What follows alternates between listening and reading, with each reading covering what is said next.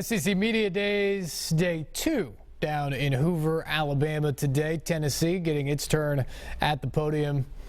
Butch Jones, the head coach of the Vols, I'm not sure if this will be in the part that we hear or not tonight, but he gets off the plane today at Hoover.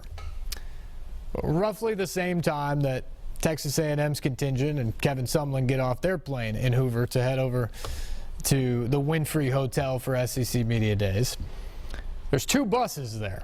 One has air conditioning, the other one does not.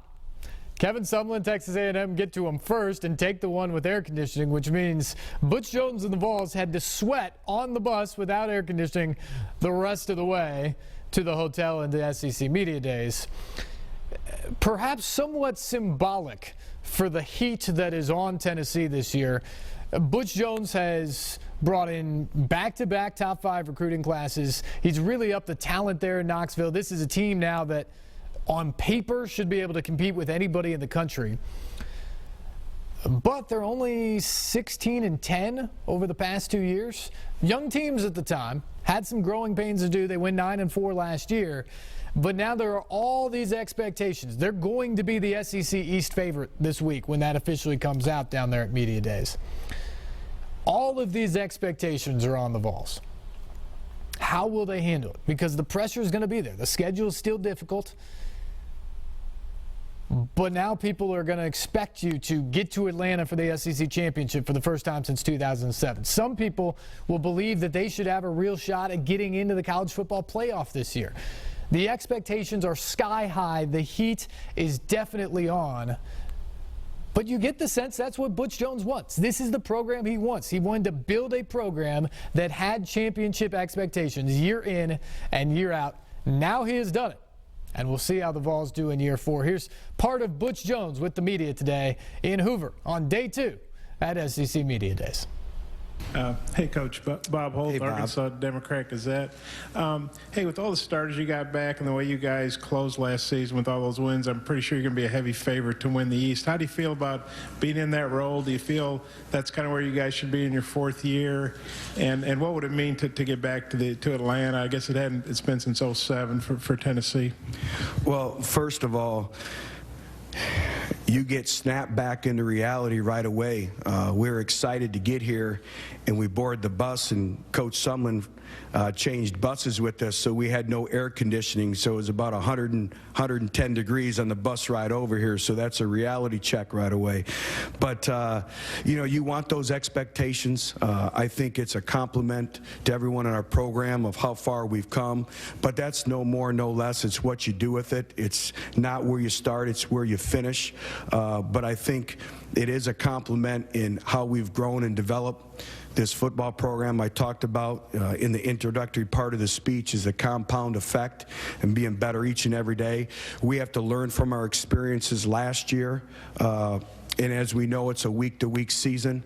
The other thing, I don't know if that's a good thing or a bad thing, because I heard yesterday that in all the years of the Southeastern Conference, the team that they picked to be the champion, we've only been right 5 times. So we have to control, we can control, and that's just working to be a better football team and a better football program every day. Okay, Coach, we'll go right here in the center, 3rd row. Stephen Smith, Alabama Magazine. Coach, you talked about being able to finish the deal, finish the job, and part of that is having a receiver that can work that chemistry with Joshua Dobbs. Who are some of the guys in that receiver core that Dobbs feels comfortable with getting that ball to an open space? Well, you bring up a great point, and everyone wants to talk about the quarterback, but sometimes, you know, winning football at the quarterback position is a byproduct of the players around him. And, you know, we've had the unfortunate circumstances the last couple years to be decimated by injuries at the wide receiver position. So one of the keys for us in moving forward and continuing to gain those 25 points is having a healthy receiving core. And our players have worked exceptionally hard. Josh Malone is a young man who we really felt by the end of the year was doing some really good things for us. He's provided some stability to that position, but great momentum in the summer where we're excited about him. Preston Williams is another young man. Josh Smith has played a lot of football for us, and he's had some clutch plays for us that's helped us win football games in the past. He's also, helps in the leadership of that position. We're going to have to rely on some true freshmen. And when we talk about the, constant evolution of our football program, we talk about being 9 strong, empower the position, and 9 strong interpositionally. And, that's a position where some of our older players are going to have to do a great job of leading the younger players, because we will have to play some true freshmen at that position. Coach, we'll go all the way to the back on the left. Cecil. Coach Cecil Hurt from the Tuscaloosa News. I'd like to ask about Alvin Kamara. What went into the evaluation? Because Alvin was a guy who was sort of getting a second chance at Tennessee. How has he responded to that, and what are your expectations this year? I think the thing that really defines Alvin Kamara is he was voted a team captain by his peers. And Alvin was one of those individuals that when he came to Knoxville, all he did was be quiet and work. And he earned the respect of his peers immediately by his work ethic. And he'll tell you, he learned so much from his previous stops, his previous experiences, and he's really applied that to the biggest game, and that's the game of life.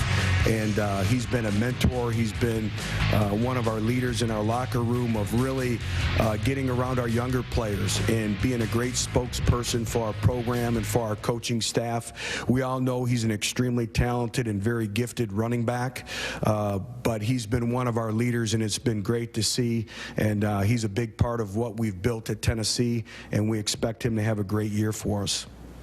Coach, we'll go right down front here on the left, second row. John Chris from Saturday Down South. I've had a chance to go up to Bristol to check out the facility. I know a lot of football fans looking forward to the Battle of Bristol in week 2. There are some logistical things to worry about, like where the play clock's going to go and your coach is up in the press box. How confident are you that when the ball is kicked, it's going to be just another football game and you can coach it accordingly? Good question. We're very, very confident. Our administrative staff, led by Chris Spagnardi, has done a great job. They're up there almost every week working with, the representatives from Bristol Motor Speedway. They've really done a great job of taking our input. It is a home game for us. So, again, all the logistics that go into it. And the most amazing thing to date, I think, is the scoreboard that has been already placed over the track.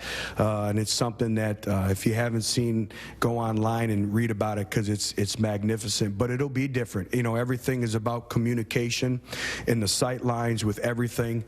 So again, where the coach's booth is, all that communication part of it, I think it'll be a challenge. But this has been a number of years in the making, and there's a lot of people doing their due diligence behind the scenes. Hey, Coach, we'll go over here to our right on the aisle. Matt Zaleski, Fox Sports Jones Radio. Good afternoon, Coach. Good afternoon. You talked about just 13-5 the last 18 games and a total of 25 points, an average of 5 points per game. What do you have to do to finish some of these games? And when you look at Florida, it's been so long since you guys have beaten Florida, but the last 2 years, especially last year, it really felt like you guys should have won that football game.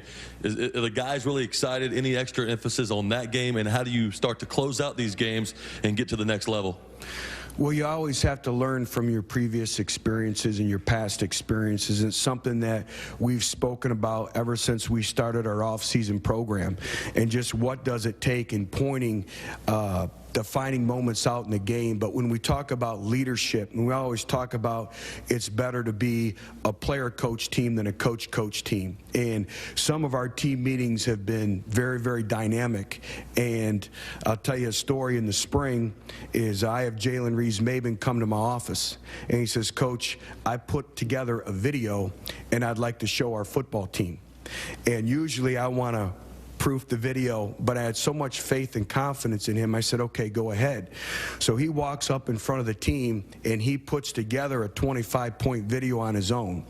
But the thing about leadership is leaders eat last. And the first thing he did is he showed clips from different games of himself, whether it was a missed tackle, whether it was a missed communication, a missed fundamental in coverage, and it started with him. Then he proceeded to go through all the critical plays in offense, defense, and special teams. And a football play can come down to 2 to 3 plays that mean the difference between winning and losing, and you never know which play it's going to be. That play could be in the first quarter. You just never know, and that's why you play every play as like it's your last. So that's some of the educational things. We'll do some things to try to create some competitive situations in training camp, just like we did this spring, and having these individuals embrace the moment when the game's on the line. Why is LeBron James? We all saw Game 7. You know, the great players step up and they take it over. And that's what we've been talking about is, you know, sometimes you have an opportunity to end the game. It may be a sack, it may be a first down, it may be 1 or 2 extra yards that keep the clock running. So we really tried to point those out. Butch Jones talking about how this team is going to try to get to the next level. 9-4 last year, Outback Bowl blowout win. Can they win the SEC East? Can they get back to Atlanta? Can they make a run at the SEC title and maybe the college football playoff this year? They got a team that's capable, but they're going to have to take a couple more steps, raise that game even more like they have the last couple of years. From Butch Jones to Derek Mason, it was the Vanderbilt coach's turn at SEC Media Days actually on Monday.